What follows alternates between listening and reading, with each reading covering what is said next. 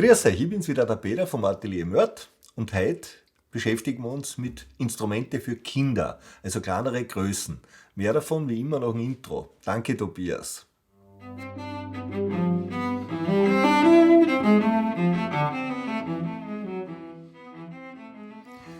Also, prinzipiell ist es natürlich eine große Herausforderung, kleine Instrumente zu bauen, die also wirklich funktionieren wie große Instrumente. Die Schwierigkeit, die es dabei gibt, ist, dass eben, wie man es in einem anderen Video, das verlinke ich euch da oben irgendwo, da geht es genau um diese Themen, wie lang muss ein Korpus eigentlich sein, dass er mathematisch auf einem bestimmten Tonumfang richtig funktioniert. Sprich, bei der Geigen war es 35,5, bei der Bratschen sind es 50 cm und bei dem Cello waren es 100 cm, weil es Oktav tiefer ist wie ein Bratschen.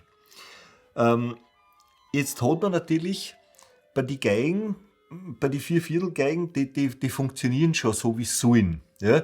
Wenn es natürlich dann kleinere Instrumente sind, habe ich auf einmal bei der Geigen, also zum Beispiel bei einer Dreiviertelgeigen oder bei einer Siebenachtel oder bei einer halben Geigen, habe ich natürlich genau das gleiche Thema, wie ich es bei den Bratschen und bei den Cellis sowieso täglich habe, dass die Korpuslänge zu klein ist. Was heißt das in der Übersetzung?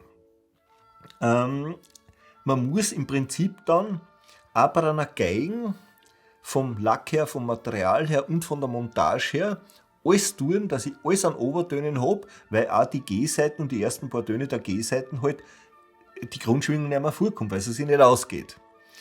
Man kann aber trotzdem Instrumente bauen, die wirklich funktionieren, sodass an die Spucke wegbleibt, also dass eine kleine Bratschen, das ist zum Beispiel auch so ein Beispiel, die hat also eine Korpuslänge von 36,7 cm. Ja? Aber funktioniert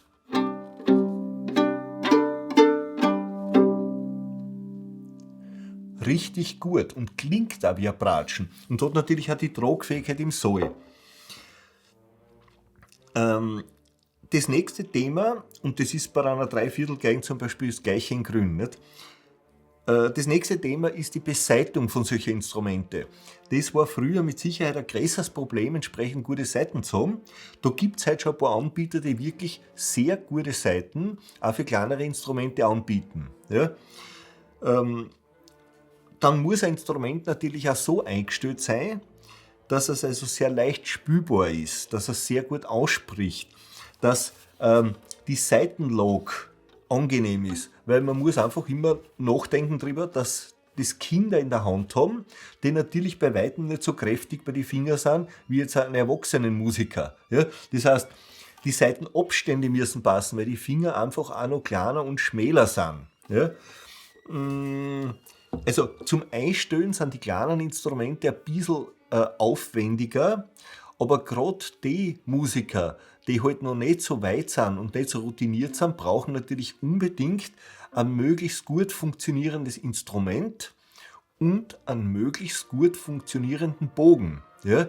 Also wenn heute jemand, keine Ahnung, schon 30 Jahre spielt, ist er natürlich viel routinierter und kann er mit einem nicht so einen guten Bogen einen durchaus vernünftigen Ton erzeugen. Oder auch wenn ein Instrument ein bisschen spinnt dann, oder ein bisschen widerspenstiger ist, kann man, wenn man routiniert ist, natürlich trotzdem einen vernünftigen Ton außerbringen und musizieren. Gerade bei den Kindern ist es halt so, die tun sie natürlich viel, viel leichter, ja, wenn sie ein entsprechendes Werkzeug in der Hand haben, das eben funktioniert. Ja. Und das Ganze kann dann wirklich auch klingen wie große Instrumente oder wie Vierviertelinstrumente. Ja. Das macht einen Sinn. Ja.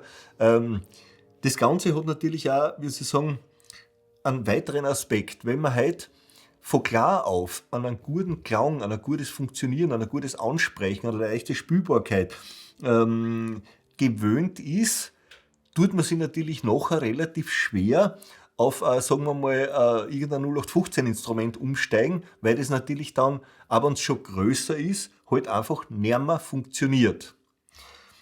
Noch eine Überlegung kommt dazu bei kleinen Instrumenten, wenn junge Leute von vornherein schon geschult werden und das auch gewohnt werden, was ein qualitativer Ton ist, wie man Klangfarben erzeugt, ja, wie man sozusagen den Ton modelliert, das, was nur mit gescheiten Instrumenten möglich ist, ja, dann entwickelt man sich natürlich auch wesentlich rascher. Ja? Wenn ich halt einen Bogen habe, ja, der muss natürlich von der Länge und vom Gewicht und so weiter abgestimmt sein auf so ein Kinderinstrument. Ja? Aber das geht schon, das funktioniert auch tadellos. Nur bleibt dem genau dann da die Bogenhand nicht hinten in der Entwicklung. Also das ist was einfach richtig Sinn macht. Ja? Jetzt gehen wir noch ganz kurz drauf ein. Also wenn ein Instrument mathematisch richtig gebaut ist, von der Größe her, wissen wir, dass die Bratschen und die Celli nicht spielbar sind. Ja? Ich brauche sozusagen bei kleineren Instrumenten in Wirklichkeit einen hochqualitativeren Lack als bei einem normal großen Instrument, weil dort sonst die Obertöne zu sehr leiden würden. Ja? Das nächste ist, es muss sozusagen von einer Halsweite, ja, es muss in eine Kinderhand passen. Bei einer Bratsche, wie es zum Beispiel bei der ist, nicht, da ist es dann hinten mit einer Zagenhöhe und einem Kinnhalter oft einmal ein Thema, weil einfach der Hals von einem Kind mit 9 Jahren oder so ähnlich noch nicht so ist, wie es halt bei Erwachsenen ist. Ja? Das heißt, da habe ich unter Umständen ein Problem, dass ich halt einen ganz niederen Kinnhalter auftun muss, dass das auch noch funktioniert. Ein gewisses Luftvolumen brauche ich natürlich drinnen in einem Instrument, ja? Damit ich mir leichter tue, dass das sozusagen wirklich wie ein Bratschen klingt. Deswegen ist die zum Beispiel jetzt auch, also die ist schon breiter, sie ist in der Länge vom Korpus her eine kleine Spur länger wie eine Geigen. Ja? Aber der Korpus ist natürlich breiter, es ist in der Brust breiter, das lässt sich alles ganz gut machen mit einem symmetrischeren Steg und. Aber das habe ich auch schon mal besprochen in einem Video. Ja? Also je kleiner die Instrumente sind, desto wesentlicher ist auch die Auswahl von einem hochwertigen Material, von einem hochwertigen Lack, um letztendlich ein leicht spürbares, gut klingendes und mit viel Obertönen tragfähiges Instrument zu haben für ein Kind. Und die Unterschiede sind dann sehr gut hörbar bei so Vorspielabenden in Musikschulen, auf einem Konservatorium oder auf einer Uni in einer Begabtenklasse, ja, beziehungsweise auch wenn es dann um so Wettbewerbe geht. Ja. Also dort kommt es dann wirklich zum Tragen, was hat man für Material, was hat man für Instrument, was hat man für einen Bogen. Ja. Ob das, wie bei dem Bogen, jetzt zufällig gut montiert ist, das ist in Wirklichkeit wurscht. Ja. Die Stangen muss eine sehr gute Stangen sein. Ja. Es muss von der Behaarung her, das muss natürlich alles stimmen, dass ich das gesamte Ergebnis habe, wie ich es brauchen kann. Das war es in Wirklichkeit schon für das heutige Video. Hat mich gefreut, dass ihr dabei wart und ich freue mich, wenn wir uns beim nächsten Video wieder sehen. Wenn ihr irgendwelche Fragen habt, ja, schreibt gern was in die Kommentare rein. Wir versuchen das alles termingerecht zu beantworten. Und noch eine Kleinigkeit, die Instrumente, die werden jetzt sozusagen einfach nicht verkauft, sondern nur vermietet, weil es keinen Sinn macht, viel Geld auszugeben für Instrumente, die ich nur kurz brauche, weil mein Kind wächst dann aus. Nicht? Das hat sich am besten bewährt, dass die Leute die Möglichkeit haben, das für einen bestimmten Zeitraum zu haben und dann die nächste Größe zu kriegen. Und ich baue so Zwischengrößen dann ein, zum Beispiel bei der Geigen. Das ist jetzt eine 3/4 Geigen mit 33,4 oder was Korpuslänge. Und das gibt dann aber auch noch eine 7/8 Geigen, also das ist genau von der Größe her dann dazwischen, ist um einen Zentimeter circa größer und dann kommen eben die 4/4 Geigen. Nicht? Aber, wie gesagt, Sinn macht es absolut, ja, wenn das gescheit funktioniert, wenn das Sustain da ist, das heißt, wenn das wirklich ein freischwingendes Instrument ist, ja, damit sie eben die Kinder nicht plagen müssen und gern üben und gern spielen. Ja. Das ist es. Also, gluck, gluck, gluck, abschlucken, wegstellen.